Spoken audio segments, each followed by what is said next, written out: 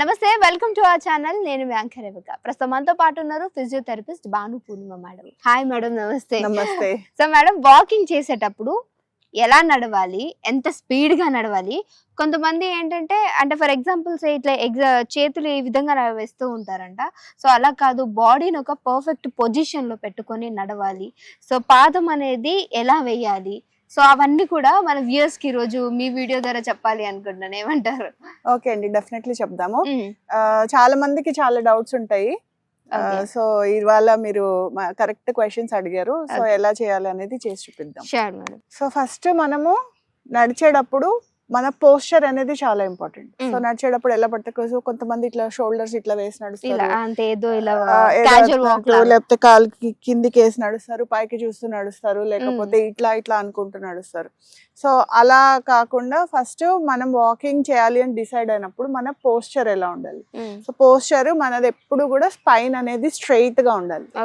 Okay, so ఇట్లా ముందు కొంగడము పక్క కొంగడము ఇట్లాంటివి చేయకుండా సాధ్యమైనంత వరకు షోల్డర్స్ ఒకటే లైన్ లో ఉండేటట్టు అండ్ నెక్ అనేది స్ట్రైట్ గా చూడాలి.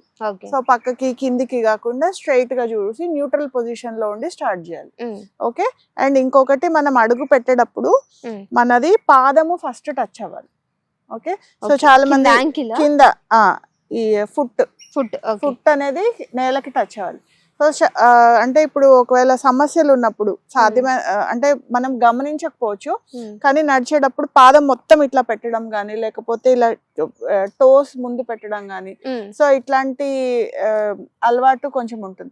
సో అది ఎప్పుడు వస్తుంది అంటే మనకి ఏదైనా సమస్య ఉన్నప్పుడు, ఫర్ ఎగ్జాంపుల్ మనకి బ్యాక్ పెయిన్ ఉంది, లేకపోతే మోకాల్లో నొప్పి ఉంది, లేకపోతే ఈ మజిల్స్ ఒక్కొక్కసారి టైట్నెస్ అనేది డెవలప్ అవుతుంది. మనకి హాఫ్ మజిల్ టైట్నెస్ వల్ల గానీ హ్యామ్స్ట్రింగ్ మజిల్ టైట్నెస్ వల్ల గానీ ఉన్నప్పుడు ఏంటంటే ఫుల్ గా సాగదు, స్ట్రెచ్ అవ్వదు. సో స్ట్రెచ్ అవ్వనప్పుడు ఎలా వీలైతే అలా వేసేసి నడిచేస్తూ ఉంటాం. సో అలా కంటిన్యూస్ గా నడిస్తే ఏంటంటే ఇంకా ఎక్కువ టైట్నెస్ డెవలప్ అవ్వడం గానీ అలాంటివి వచ్చే అవకాశం ఉంది. సో మనకి అట్లాంటి చిన్న చిన్న సమస్యలు ఎదురైనప్పుడు మనకి తెలియకుండానే మనం ఒక కంపెన్సేటరీ గైట్ అనేది అలవాటు చేసుకుంటాం.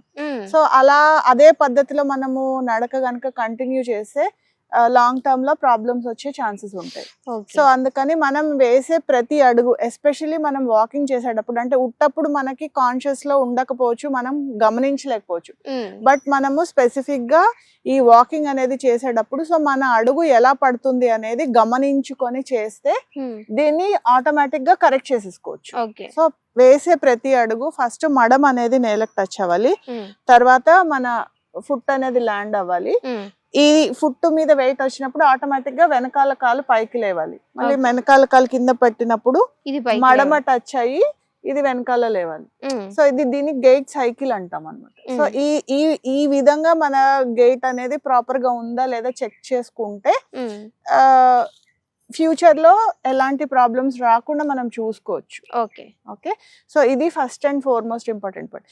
తర్వాత చాలా మందికి ఉండే డౌట్ ఏంటంటే ఎంత స్పీడ్ తో నడవాలి అనేది.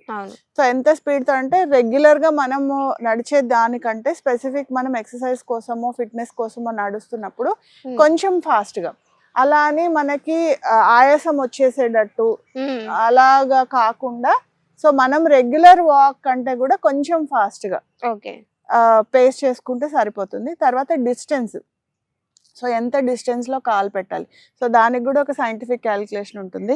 సో ఇప్పుడు మనం పాదం చూసాం కదా, సో మన పాదం ఎంతైతే పొడుగుందో సో దాని డిస్టెన్స్ లో రెండో కాలు అనేది పెట్టాలి. సో ఇది ఒక సైంటిఫిక్ క్యాలిక్యులేషన్ ప్రకారం ద హీల్ టు టో అంటాం. సో ఒక కాలు హీల్ కి రెండో కాలు టో టచ్ అవ్వాలన్నమాట. సో అంత డిస్టెన్స్ మనం మెజర్ చేసుకుని సో ఇంత డిస్టెన్స్ లో కనుక క్యాలిక్యులేటెడ్ గా నడవగలిగితే అది ప్రాపర్ గా ఎలాంటి ఇబ్బంది లేకుండా ఉంటుంది. ఓకే, తర్వాత స్పీడ్ అనేది మన కెపాసిటీని బట్టి మనము ఎంత అంటే మన స్ట్రెంగ్త్ ని బట్టి మనం నడవచ్చు. బట్ నడిచేటప్పుడు ఆయాసం రాకుండా చూసుకోవాలి. అవును, చాలా మంది నడుస్తున్నప్పుడు ఆయాసం వచ్చేస్తూ ఉంటుంది, దాన్ని ఇగ్నోర్ చేసి నడిచేస్తూ ఉంటారు.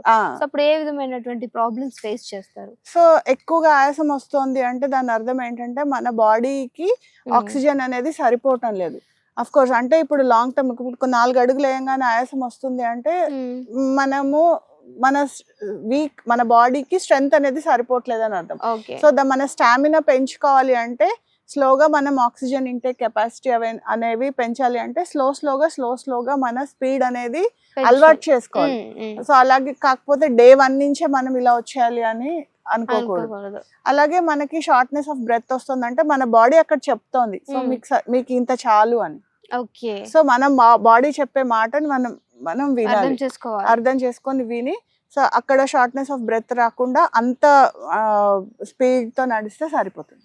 ఓకే.